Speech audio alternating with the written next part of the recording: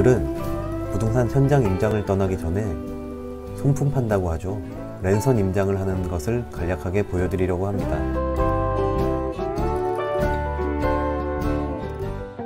이 사이트는 부동산 지인 사이트고요. 정말 많은 다양한 정보들을 보여주고 있습니다. 인구, 전출입, 경제지도에서는 상권, 그리고 지역별 소득까지. 저는 여기서 이제 수요와 공급 부분을 먼저 지역별로 확인하고 그 다음에 아파트 분석으로 좀 세밀하게 찾고 있습니다. 서울로 보면 전체적으로 봐도 2021년부터는 정말 공급이 적기 때문에 가격이 쉽게 조정되리라고 좀 보여지기는 힘듭니다. 제가 이제 성북구 기름동을 좀 자세하게 찾아보기로 했기 때문에 적정 수요량은 2000세대 정도 되어 있는데 21년, 23년, 24년은 공급이 거의 없고요. 22년에도 롯데캐슬 클라시아 입주 물량이 대부분이기 때문에 공급이 많이 없다고 보여집니다. 이렇게 자세하게 또 그래프로 볼 수도 있고요. 아파트 분석에서는 이제 여러 가지 필터를 걸고 할 수 있는데 저는 매매가와 전세가 차이, 갭이라고 하죠. 그 갭이 3억 갭으로 찾을 수 있는 아파트를 찾고 있었기 때문에 성북구 기름동으로 한 다음에 검색을 합니다. 30평대, 40평대도 막 나오기 때문에 20평대에서 좀 찾아봐야 될 것 같아요. 그래서 한 20평 정도로 놓고 검색을 하면 20평대만 나옵니다.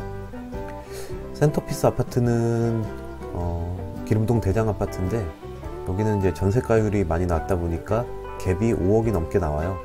근데 여기에 매매가와 전세가는 사실 실거래가와는 좀 다르기 때문에 이거는 이제 참고만 해야 되고 직접 찾아봐야 됩니다. 실제 뭐 3억대의 그 갭으로 나오는 아파트들도 있고요.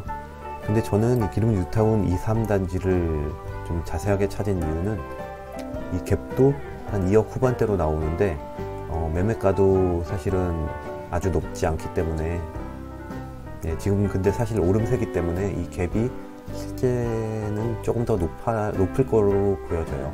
그 다음에 호갱노노라는 사이트입니다. 호갱노노는 이제 실거래가는 물론이고 그 살고 있는 이야기들을 볼 수 있어요. 사진도 있고요. 이렇게 학교 배정이 어떻게 되는지, 어떤 장점과 단점이 있는지 이런 걸 볼 수 있기 때문에 이 사이트가 요즘은 부동산 대세 사이트라고 생각이 됩니다. 23평이 7억 5천에 가장 최근에 거래되는데 이게 사실 작년 12월이에요. 그래서 최근의 매물들은 얼마에 나오는지 조금 이따가 좀 살펴볼 겁니다. 여기도 다양한 정보들을 제공합니다. 이렇게 뭐 세금 관련된 것도 나오고, 그리고 이제 아파트 기본 정보들, 최고 층수, 용적률, 건폐율, 그리고 주차 현황 기본 정보들이 나옵니다.